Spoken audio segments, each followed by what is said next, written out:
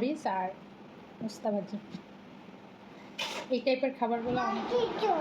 একটা জিনিস আমি বেশ কিছুদিন ধরে খেয়াল করতেছি, সেটা হলো কলা কি খাবে খাবে। আসসালামু আলাইকুম, সবাই কেমন আছেন? আলহামদুলিল্লাহ আমি ভালো আছি, আপনারা নিশ্চয়ই অনেক ভালো আছেন।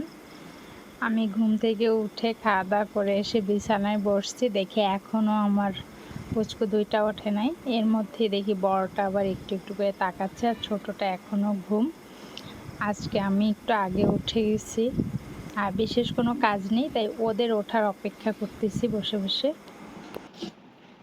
থানকুনি পাতা ভর্তা দিয়ে ভাত খাচ্ছি, সাথে আছে কাঁচামরিচ আর মুস্তা ভাজি। এই টাইপের খাবারগুলো অনেক দিন গোশ মাছ খেতে খেতে যখন খারাপ লাগে তখন খেতে খুবই ভালো লাগে।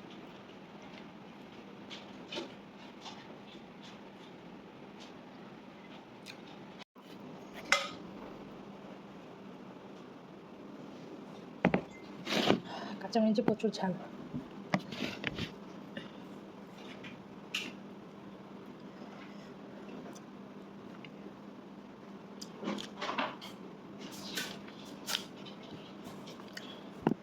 ঘেমে গেছি, মানে কাঁচা ঝাল খেয়ে ঘাম পড়তেছে।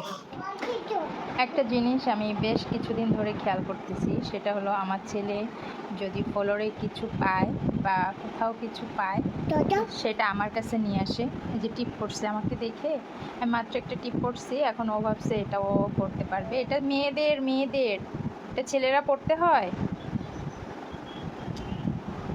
আচ্ছা আমি দিয়ে দিচ্ছি। তো সেটা ও সাথে সাথে আমার কাছে নিয়ে আসে এবং প্রশ্ন করে, মমি এটা কি? এটা একটা গোলমরিচ, ফ্লোরে পড়া ছিল। কিন্তু আমার মেয়ে কিন্তু এই কাজটা করতো না, যাই পেতো সাথে সাথে মুখে দিত। হ্যাঁ বাবা, সাবান আছে গোসলখানায়। কিছু পেলে ওর সাথে সাথে মুখে দিত। আর আমার ছেলের ব্যাপারে দেখলাম যে দুপুরে খাওয়া দাওয়া শেষ, বাট এখন একটু ডাল খেতে হবে পুষ্টির জন্য। কি বাবা বলো তো, বলো এটা কি? সবাইকে একটু দেখাই দিই বাবা। এই যে কাঁচা আম আমি ফ্রিজে রাখছিলাম যে আম ডাল খাবো বলে, এখন আমি ডাল সেদ্ধ দিছি আর একটা আম নিতে আসছি। এই দেখেন কুকারটা ছিলালে অনেকগুলো আমি খাওয়া শেষ আর এই যে অল্প কয়টা আছে। এভাবে রাখলে আম অনেক দিন থাকে। অনেক ঠান্ডা আম, তোমার হাতে দেওয়া যাবে না বাবা, আমি এটা এখন সিলবো। আসো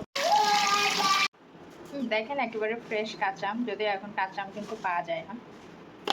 এই দুইটাই দিব, এটা অনেক টক আর এটা দিলে বেশি হয়ে যাবে, এটা আবার ফ্রিজে রেখে দেবো। এই যে আমার ডাল সেদ্ধ দিয়ে দিচ্ছি। কলা কি খাবে খাবে? হ্যাঁ এটা ভালো, এটা হচ্ছে বনরুটি, ফ্রেশ আছে আর অনেক সফট। এটা না থাকলে তো বাসায় কিছুই নাই মনে হয়।